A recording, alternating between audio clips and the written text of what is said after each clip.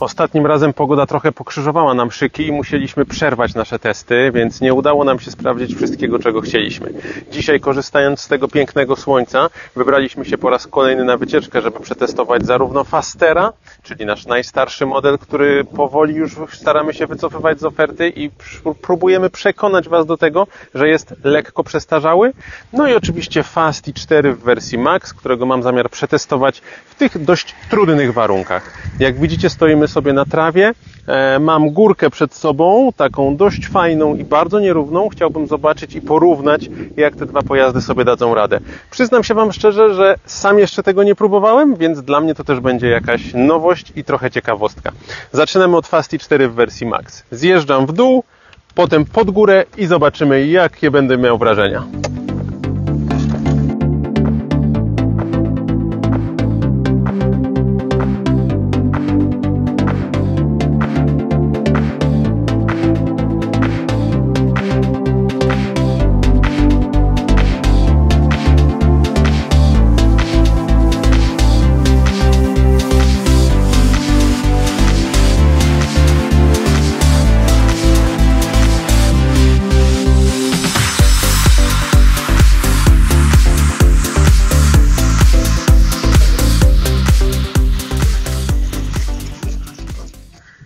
Super, ale przyznam się szczerze, że zjeżdżając w dół musiałem trochę używać hamulca, bo ta górka może nie wygląda, ale naprawdę jest dość stroma.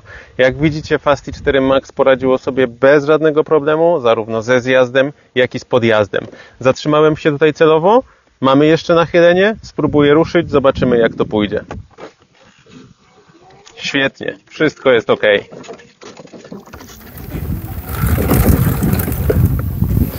Przyszedł czas na Fastera. Jak widzicie, już moja pozycja jest zupełnie inna. Przyznaję, że jest mi zdecydowanie mniej komfortowo. Sam wjazd z alejki asfaltowej na tą trawę już nie był bardzo przyjemny, bo kierownicę mi od razu wyrwało z rąk, ale jeszcze nie skreślam. Mam nadzieję, że sobie da radę tak samo dobrze, albo przynajmniej prawie tak samo dobrze jak Fasti 4 w wersji Max. Ustawiam sobie przełożenie na drugi bieg, tak jak samo jak miałem w Fasti 4. No i próbujemy, zobaczymy co się wydarzy.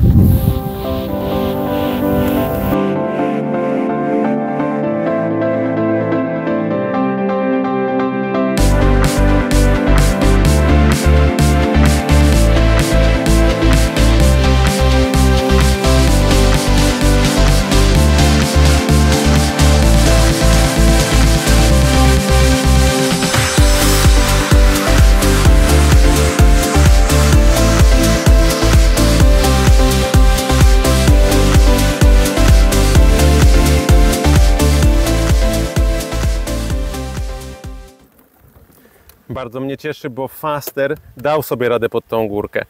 Nie będę ukrywał, nie będę czarował, nie będę oszukiwał, że była to nieustająca walka z kierownicą, bo kierownica chciała jechać w jedną stronę, ja musiałem ją utrzymywać w drugą. Jednak te nierówności i ośmiocalowe małe kółeczka z przodu robią swoje i kierownica zdecydowanie próbowała rządzić mną. Udało się. Faster sobie dał radę, prędkość nie była taka sama, bo mimo tego samego przełożenia i tego samego limitu maksymalnej prędkości wyjechałem zdecydowanie wolniej, więc widać, że Faster miał tutaj trudności, ale dał radę i to jest najważniejsze. Próbuję ruszyć. Jest ok. Czas na szybkie i krótkie podsumowanie. Zarówno Faster, jak i Fasti 4 poradziły sobie bez żadnych problemów z naszą górką testową. Zjechały i wyjechały pod tą górkę mimo trawy, mimo nierówności.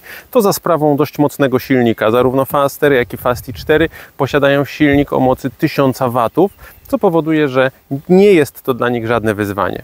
Jeśli chodzi o wygodę i o komfort wyjazdu, czyli rzecz, którą musicie wiedzieć i powinniście wziąć pod uwagę, decydując się na zakup tego typu pojazdów. Faster przez sztywne zawieszenie z przodu, przez małe kółka, niestety cały czas była nieustanna walka z kierownicą. Kierownica walczyła, próbowała się wyrwać na każdej jednej nierówności. W związku z tym musicie mieć naprawdę mocne ręce, żeby spokojnie tą kierownicę utrzymać i jechać tam, gdzie chcecie wy, a niekoniecznie pojazd. Jeśli chodzi o Fasti 4, zarówno wersja podstawowa, jak i wersja Max, którą tutaj mamy, posiada z przodu niezależne zawieszenie. Posiada duże, 10-calowe koła. Nie posiada odstających plastików, więc też jadąc po takim terenie nie mamy obaw, że coś urwiemy i narazimy się na jakieś dodatkowe koszta. Wygoda, komfort podróży, zdecydowanie Fasti 4. Jak już mówimy o wysokim oparciu i o komforcie, no to tylko wersja Max, w której przy okazji macie baterię litowo-jonową. Przypominam, że możemy wyposażyć te pojazdy w drugą baterię litowo-jonową i dzięki temu Wasz zasięg zwiększy się nawet dwukrotnie.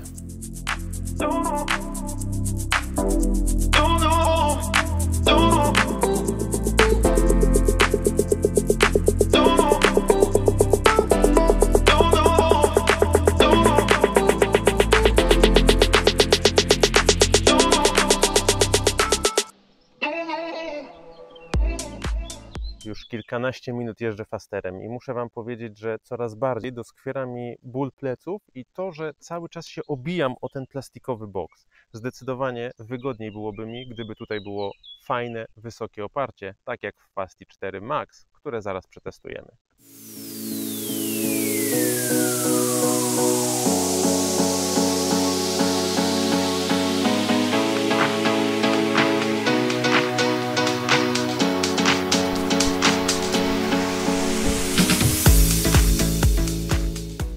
Miękkie i wygodne oparcie robi swoje. Jazda Fasti 4 w wersji Max naprawdę sprawia mi bardzo dużą przyjemność. Nic mi się nie obija, nic mnie nie uciska w plecy, mogę się w każdym momencie wygodnie oprzeć i ta podróż jest bardzo komfortowa.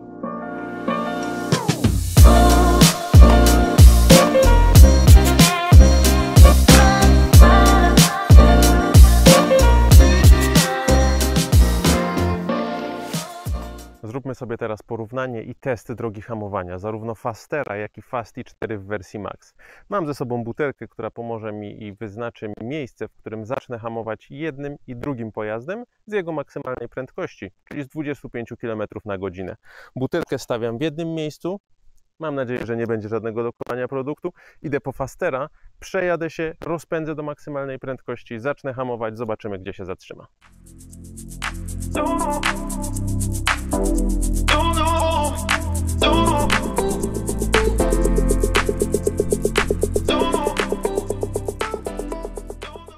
Pełna prędkość, oba hamulce zaciśnięte, Faster staje w tym miejscu. Zostawiam go tutaj dla porównania, idę po Fasti 4 w wersji Max i zobaczymy, gdzie on się zatrzyma.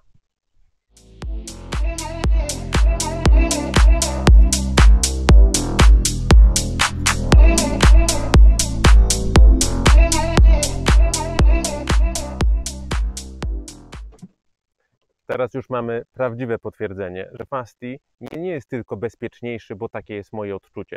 On jest bezpieczniejszy, bo droga hamowania jest praktycznie 2 razy krótsza.